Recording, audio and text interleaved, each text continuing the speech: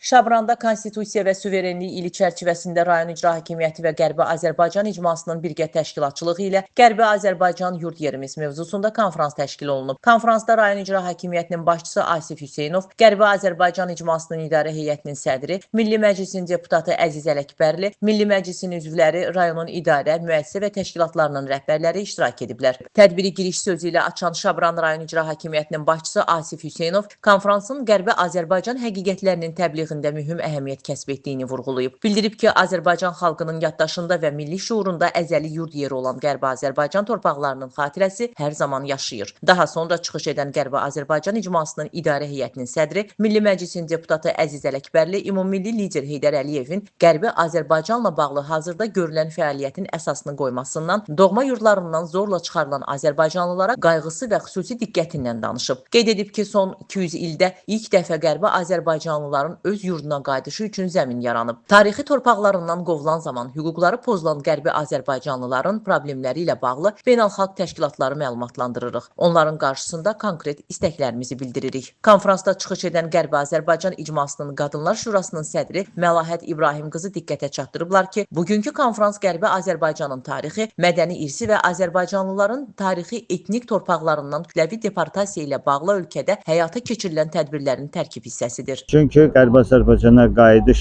məsələsi və qayıdış ideyası tək Qərbi Azərbaycanlıların məsələsi deyil, bu ümummilli məsələdir. Azərbaycan xalqının və Azərbaycan dövlətinin strateji hədəfidir və Qərbi Azərbaycan icmasının bu gün Şabran rayonunda keçirilmiş tədbiri də bu silsilədən mühüm əhəmiyyətə malikdir. Hazırda Şabran rayonunda 408 nəfər ilkin siyahıya almaya görə Qərbi Azərbaycandan köç etməyə məcbur olmuş soydaşlarımız məskunlaşıblar və Qərbi Azərbaycan icması rayonlarda keçirilən bu tədbirləri bundan sonra da digər rayonlarımızda davam elətdirəcəkdir.